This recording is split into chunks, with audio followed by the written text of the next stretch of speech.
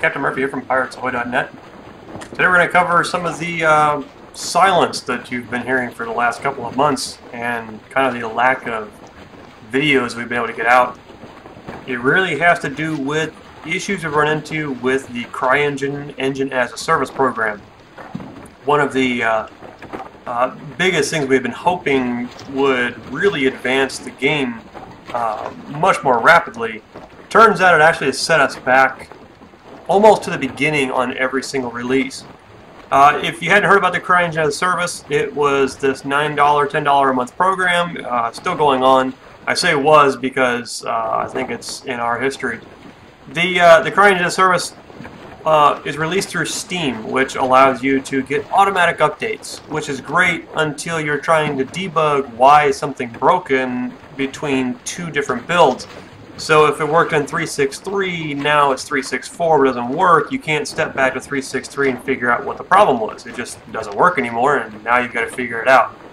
So it was a pain in the ass.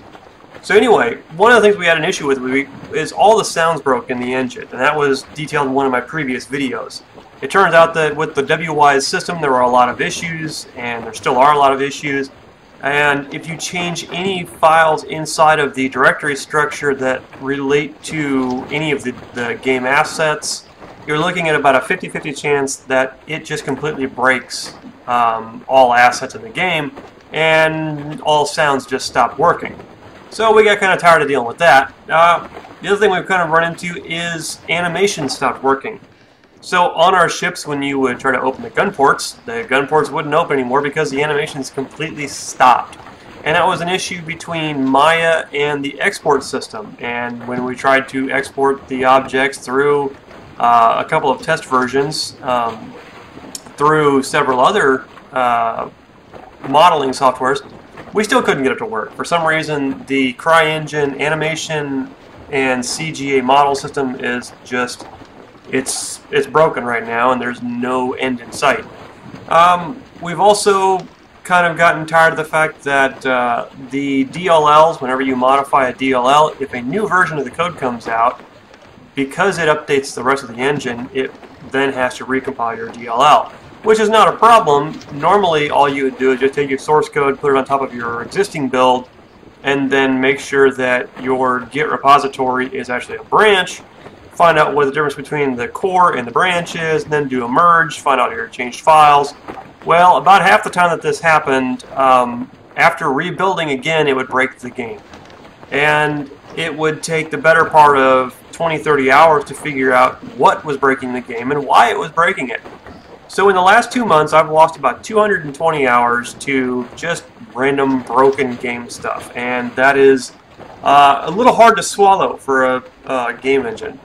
So anyway, what this has turned into is Trunks, the other coordinator for development, and I've started to really look at high-level systems, things that we could do while the basics inside CryEngine were broken.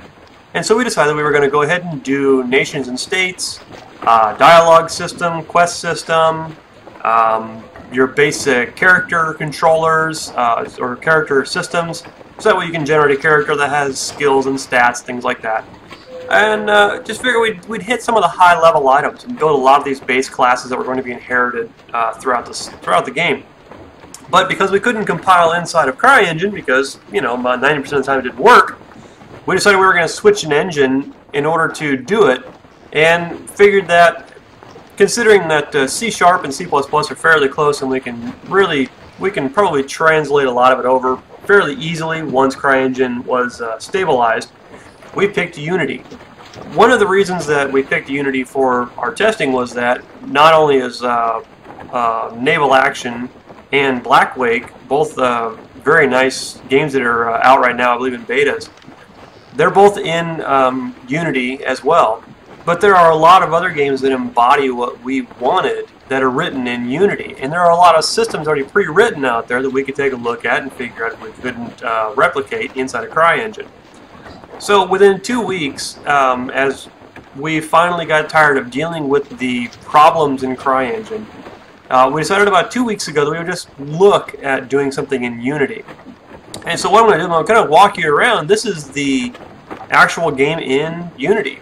And you can kind of tell that it's a little different than the view you're used to in CryEngine because we don't have the Pro version of Unity yet, which means we don't have the bloom effects, the HDR camera, we don't have the depth of field effect, a lot of the little things. We don't have God rays from the sun, so when you're looking up at the sun you don't see the really fancy God rays. All you see is that basic little sun star around it.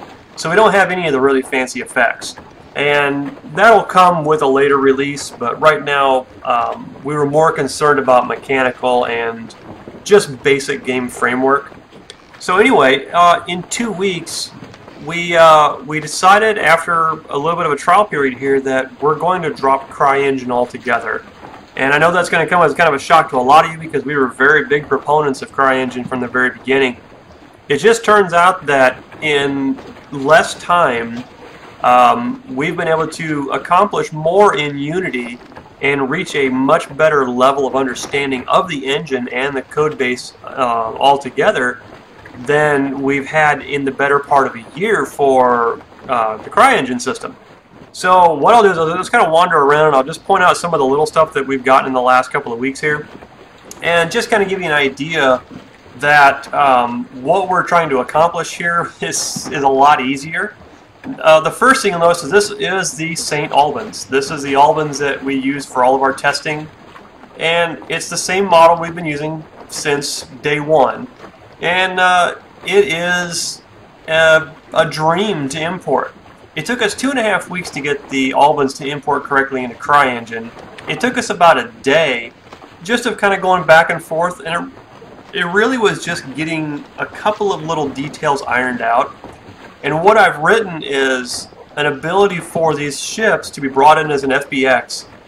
A couple of names that are pre-done, such as if you name an object _proxy at the end, or you name an _LOD, things like that. Because we're running free, we don't have LOD built in, so I wrote a simplistic LOD script that does the mesh swapping. But anyway, with the proxy system, it automatically knows that I want this to be a mesh collision renderer, so it makes it into a mesh collision. If it sees that the name of it is lid, it knows that I want it to be a gunport lid that now has a dynamic lid opening closing script already attached to it. I didn't have to rewrite this, whereas like in CryEngine I had to actually define the lids and then pick them out of the model list and then spend all this time making sure that they animated. This is being done completely procedurally. So the gun ports all open at a dynamic rate. They have a specific delay in between them, so that way each one doesn't open at the exact same time. They actually wait to open, and they open at different speeds. So they'll open and close at slightly different rates, so then it looks a little more natural that the boat opens and closes its gun ports. I've got a very simplistic buoyancy script written. Right now it is, we're not using a physical renderer for the boat. It's using a collision mesh, but it's not actually being physicalized into the water. This water is just an ocean mesh. It's a basic mesh that has those actual waves or are deformed mesh. They're like a sine wave essentially being rendered across it. The little waves you see on top of that are actually deformations of the real mesh.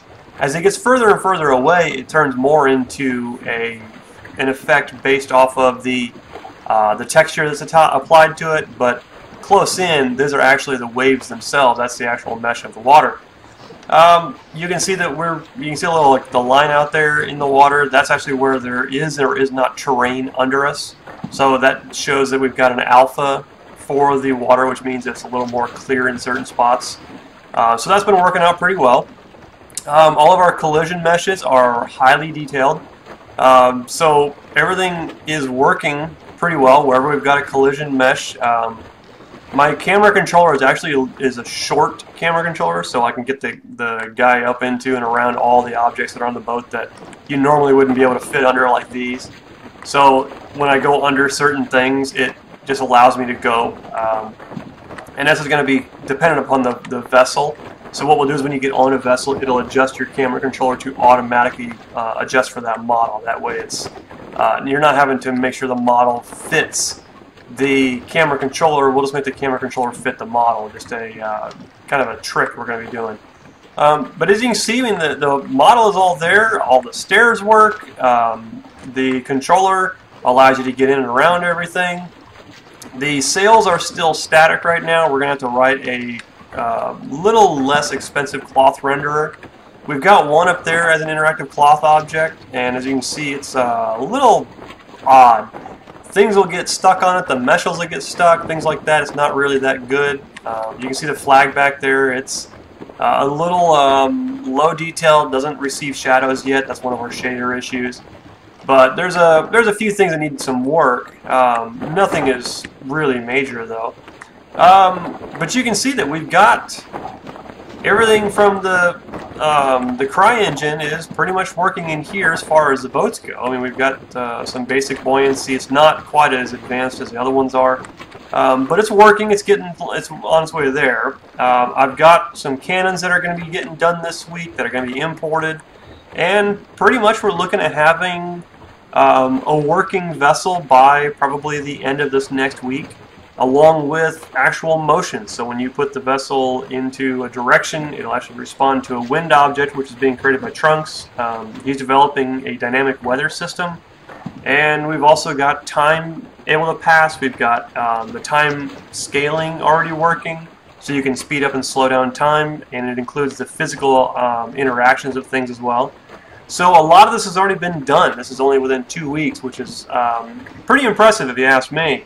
But as we're moving on, we're looking at being able to implement the segmented terrain system, so we'll have almost unlimited worlds to be able to explore. And we're looking at being able to dynamically render a lot of the islands and things like that based off of height maps, and then essentially colored gradient areas to render what kind of object to render in the locations. So we've got a lot of this stuff is already in the works or in the pipeline. And we've already got a very basic questing system, a very basic dialogue system already created. These are things that were just pipe dreams inside of CryEngine, so this has been a pretty amazing experience to be able to switch engines and then have so much so quickly that we're actually expecting to have a tech demo out for this version of Hearts of Oak before we had our projection for the CryEngine version of Hearts of Oak. So we're actually looking at being ahead of schedule, even though we completely switched engines and are going to have to recreate a lot of our terrain assets from scratch. So anyway, this is kind of what we went up to. Look forward to more videos coming now that we're actually making progress in the game. And hopefully we'll have some more information for you guys in this next week about how the game is progressing. And if you guys have any questions about our process and why we switched to Unity, be sure to stop by piratesahoy.net. We've got a pretty in-depth explanation as to what thought process went into it and why we really decided to move over to this new engine.